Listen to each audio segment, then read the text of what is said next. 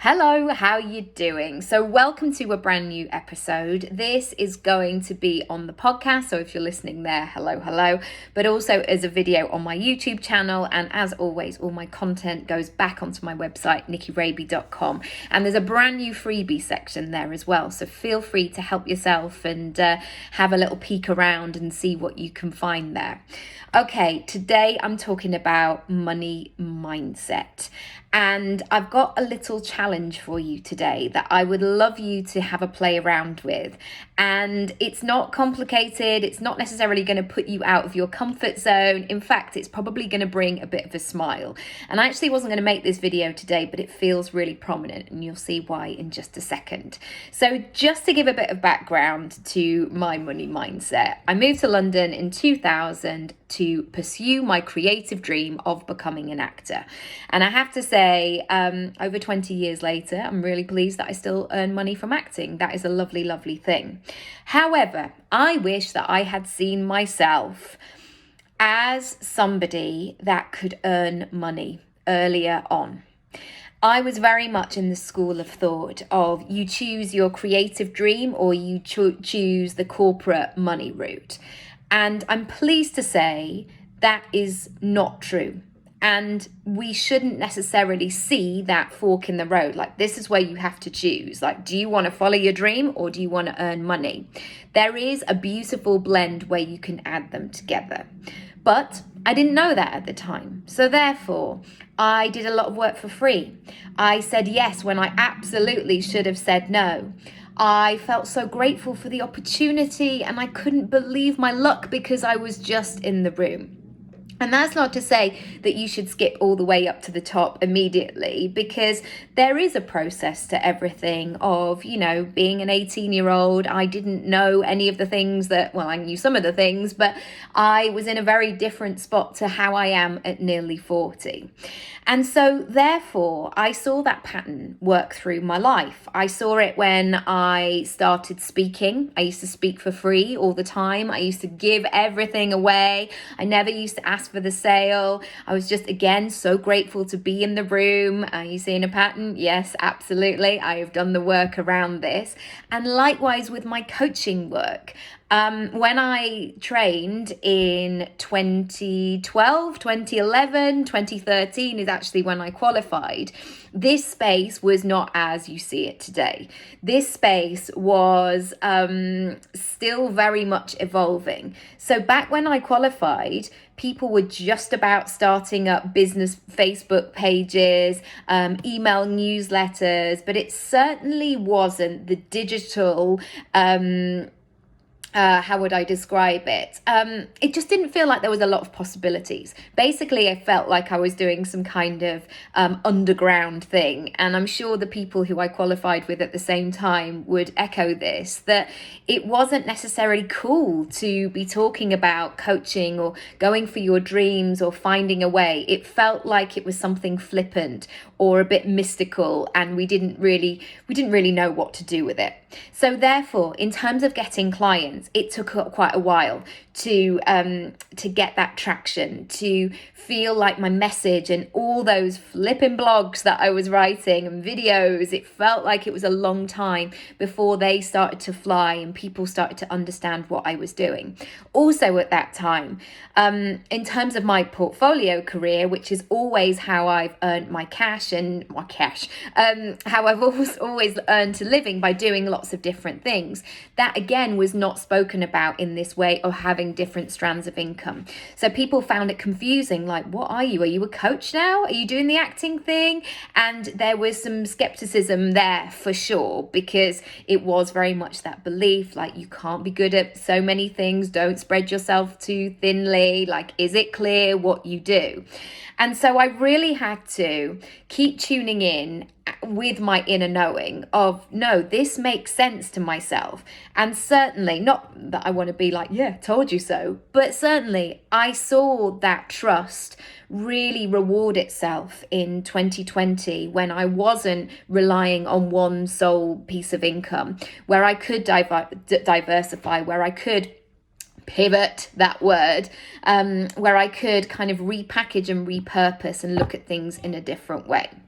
So what would happen in this world of just starting out as coaching is that, again, I was so grateful for the opportunity. I would give hour-long coaching sessions for free. You know, there was that sense of earning your stripes and getting experience, but that went on for way too long. Until I hit a moment, I think it was 2017, when I was like, what am I doing? What am I doing? And do you know what? This felt like, and this is going to be quite a harsh reference, but it's my reference and it's the way that I thought of it. So yeah, if it doesn't work for you, then that's absolutely fine, and feel free to skip on by this. But I got to that stage where I felt like I was snogging everyone. I mean, literally I wasn't, of course, but that sense of like, I've got no boundaries here. This makes me feel a bit available. This makes me feel that everything is up for grabs. And that is a really, it had to get to almost that point, and you can see it in my face. It had to get to that point where I was like, ooh, this just doesn't feel any good. Like I felt like I needed to zip my coat up again and go, right, where am I up to? What do I want to give away for free? What does this look like? The second part to all of this is, and this is where the money mindset comes in, I didn't necessarily believe that there was available cash. I didn't necessarily believe that people had money to spend on these kinds of things, because as an actor, I was told so often that, you know, there's limited budget, or like it's expenses only, or there's no work in the theatre because you have to be a starving artist. Equally with speaking, it was like, oh, it's a nice to have. We don't really have a budget for this. It's just you saying a few words, like, you know, we can't really warrant paying you for that. Like if you could just prepare it, if you could bring your slides as well, you know, all of this stuff happened. And also with the coaching side of things, because I had no boundaries, people were coming to me and going, well, you've really got to prove that this has got to work. So I went into that space of going, right, I've got to prove it. Right, how can I give? Instead of saying, actually, I have the trust in myself that I know this works, that I am good at what I do, and is this person a good fit for this type of situation? So now here comes the exercise. I've given you 3 examples of how this has shown up in my own career. Over the next week, I invite you to pay close attention to the football industry. And I want you to start to tot up the money that people spend. Now, this could be the extra drinks that people spend, or those big 24 packs of beer that people go, great, the footy's on tonight. Let's get some extra beers in. Let's get some booze in. Let's get people around. Let's buy an extra couple of packets of sausages because we'll have a barbecue tonight.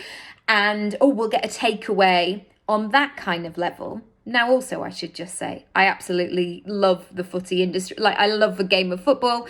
Actually, love is a bit strong. I enjoy it while it's on. I have no beef necessarily with the football industry. I'm simply using this as an exercise.